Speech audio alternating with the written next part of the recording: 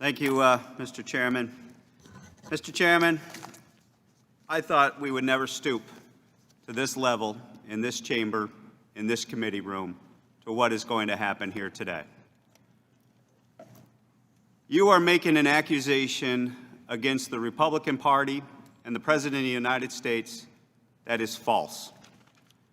We are not here as a party to terminate Social Security.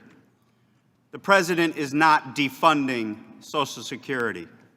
Let us be very clear, the hypocrisy that is on display here today. President Obama, after the 2008 collapse, issued a deferral of payroll tax that was accepted by this Congress and that was carried forward. What President Trump did is he deferred the payroll taxes by executive order so that people would have access to some of their cash. We have not been able to come to a bipartisan agreement to provide additional relief to folks back home who are suffering. And what we're hearing today is that what President Trump and what the Republican Party wants to do is to terminate Social Security. You know and I know that the Washington Post has issued 4 Pinocchios on this claim. 4 Pinocchios is essentially the Washington Post declaration that this is a falsehood. And what we should not be doing is scaring our American seniors at a time when we are dealing with a pandemic that is taking their lives at an alarming rate. We should be coming together as Republicans and Democrats to take on the crisis and the immediate crisis that is facing them today. Today we have a witness on our panel that is going to talk about the loss of her grandparents during this crisis and the nursing home crisis in New York State. That is the alarming crisis that we face. But yet we are in the political season. We are in the silly season.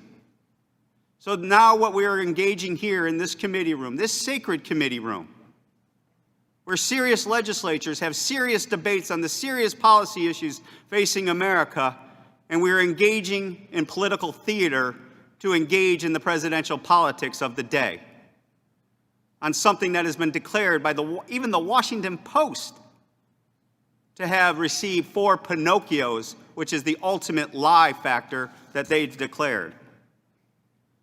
We must dedicate our energy in this committee room to finding real solutions for the American people.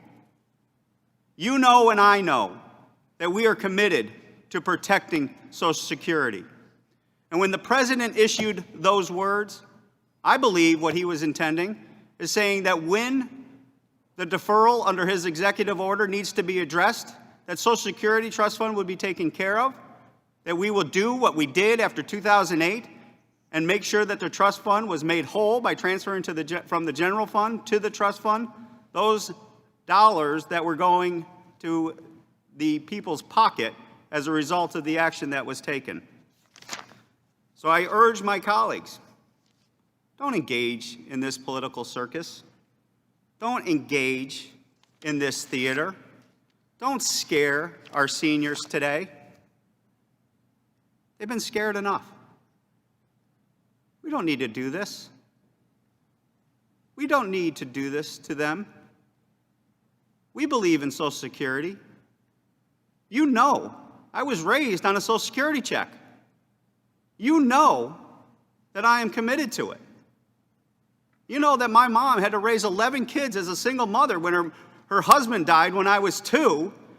And to suggest because I wear the Republican brand on my political party that what my mission in life is to do is to terminate Social Security so that people and seniors will die and not have access to Social Security is patently offensive to me, personally.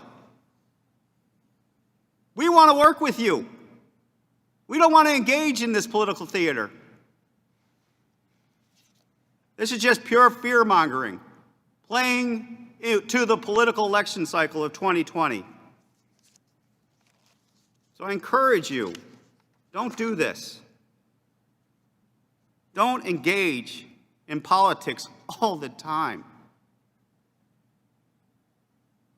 And I would encourage you to work with us as you always have done in the past, and let's fix this so Social Security will be here for generations to come. I yield back.